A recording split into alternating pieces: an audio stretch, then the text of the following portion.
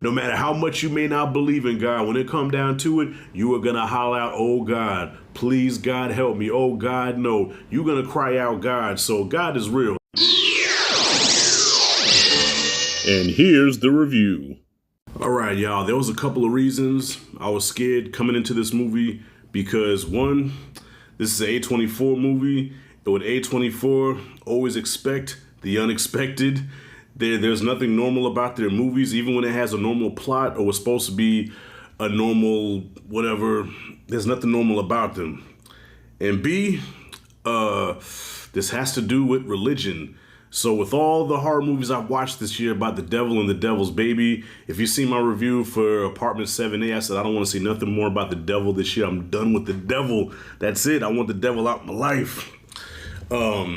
After watching this movie, there's going to be a lot of religious people that's going to say that this movie is filled with the devil because I'm pretty sure it's going to get that sacrilege tag put on it.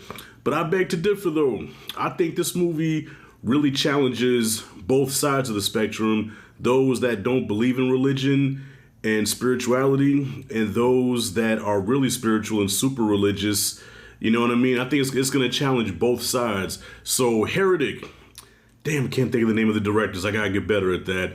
But stars the amazing Hugh Grant and the two young ladies that were the Mormon girls. I don't know their names either, but both of them were great. This was an excellent film, y'all. This film was dope. I gotta go see some reviews and see what people are saying about it. But just my experience with this film, I dug it. So I'm getting into spoilers now because I need to talk freely about this movie, y'all. So I'm getting into spoilers. So okay, I'll dug the movie. I recommend you go see it. But now I'm going to get into spoilers. So if you have not seen the movie, stop this shit. Go watch it, come back, and let's talk about it, okay? Heretic. Here we go.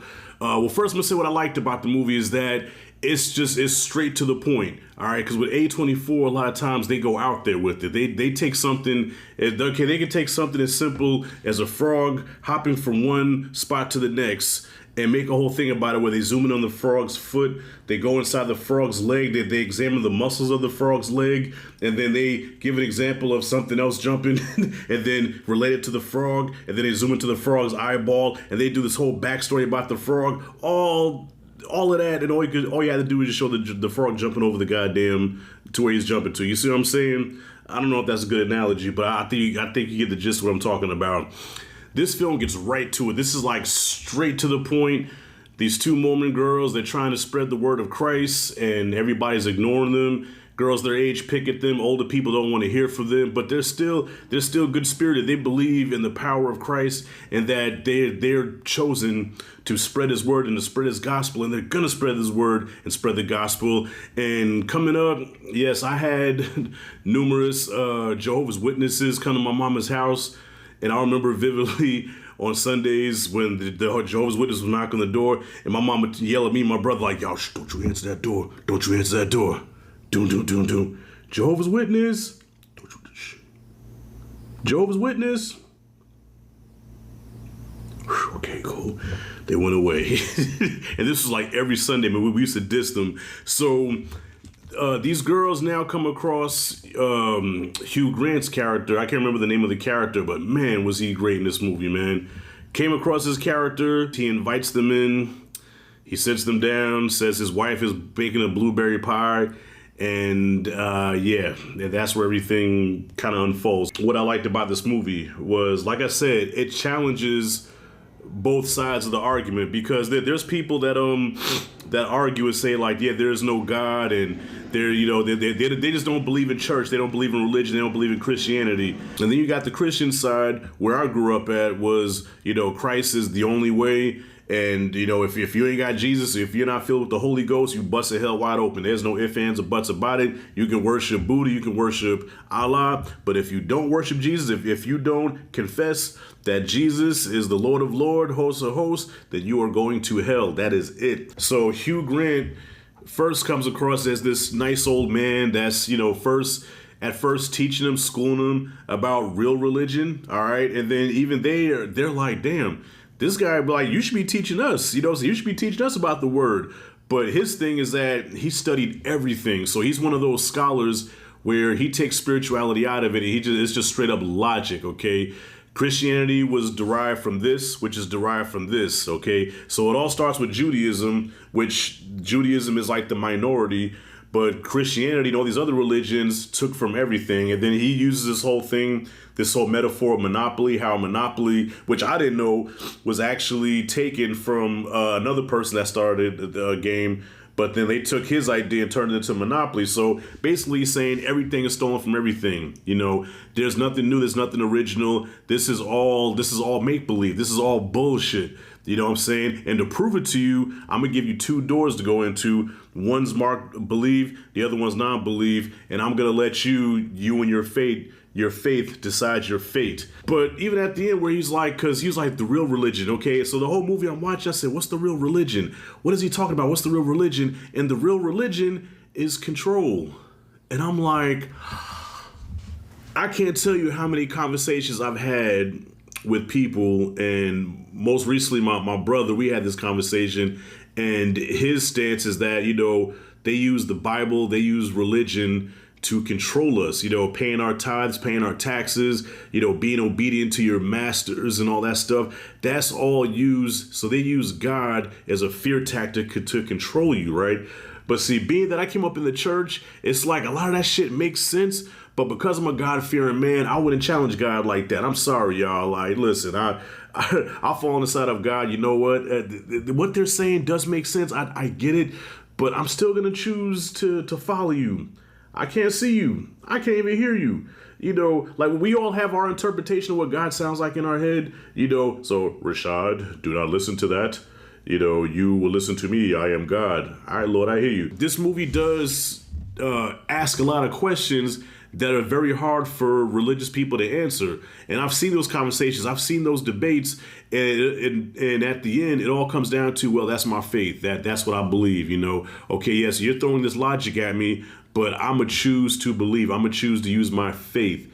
And that's the end of the argument, because no matter what you say, I'm going to still hold on to my faith, okay? You seeing things through a world eye, through the visual eye. I see things through the spiritual eye. Now, there's an interesting thing that happens at the end where not only does everybody's logic and faith get tested, but then it comes to a head. Now I'm really going to spoiler territory. This is where it's really interesting. It really comes to a head where Hugh Jackman now, you know, his plan kind of unfolds, and, you know, we have this Scooby-Doo mystery reveal where the last girl, she's going to his whole diabolical plan, and okay, when you plan for this, you plan for that. Okay, perfect. Okay, way too perfect. But then the plan gets kind of fucked up when she stabs him in the neck. She stabs him in the neck. He's dying, and now he's asking for her prayers. Like, can you pray for me? So now the man that didn't have faith is now saying, pray for me. And then the one that was all full of the faith, now she's saying, pray don't, because he stabbed her with the box cutter. Now she's saying that prayer doesn't work. So what started out is, this is what they believe. Now this is where they're at. But she says, but you know what? I'm going to pray anyway, because prayer is beautiful. Prayer is it just feels right. You know, and that's my belief. So, you know, okay, this probably a crock of shit. It's been scientifically proven that prayer doesn't work, but I'm gonna pray anyway. And guess what happened? Her prayer was answered. Her friend who got her throat slit, which was a very surprising move, came in and took Hugh Grant out, busting with the spiked 2x4. And I said, would you look at that? Look at that, look at yonder. And you said to my prayer don't work. But okay, so what got me, so I'm gonna leave this open for discussion in the comments.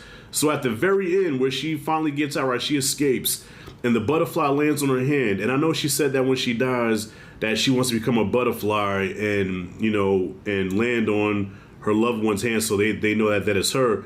But she made it out, but a butterfly lands on her hand. So I'm like, did she not make it out and she became the butterfly? Because then it disappeared, right? The butterfly goes away and she's looking at her hand. So it's like, was that a figment of her imagination? Did she imagine that? Or was that her friend coming to? Comment below what that meant, because I don't know. What I got out of that is that, he convinced her that her faith was full of shit. Hugh Grant convinced her with all his knowledge, all his book smarts and theology and all that religion is just it's all control. That's all it is. It's a control tactic to control people, and all the motherfuckers that locked up in cages is proof of that. Okay, but she said that prayer, believing, even though she knew it wasn't okay to say, but she still prayed it, and boom, took him out, and she got up out of there. Another thing I took out of that, Hugh Grant with everything that he threw out there, but when the chips were down, and he had a hole in his neck, and he wanted to live, what happened? The same thing that happens every time. Everybody that says they don't believe in God, when it come down to it, every knee shall bow, every tongue shall confess. All right?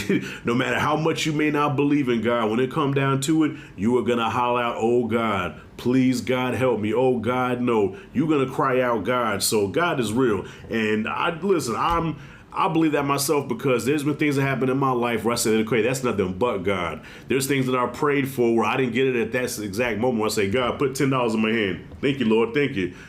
But when I prayed for something, I may not have got it right then, but then somewhere down the line, when it happened, I'm like, oh, that's exactly what I prayed for. That's how God works. He's an on-time God. Yes, he is. Okay, so yeah, that's it, and that's all. I dug the Heretic. What did you guys think about it? Comment freely. If you like and dig this content, hit that like and subscribe notification bell in the corner. This is Rashad G signing out. See you in the next video.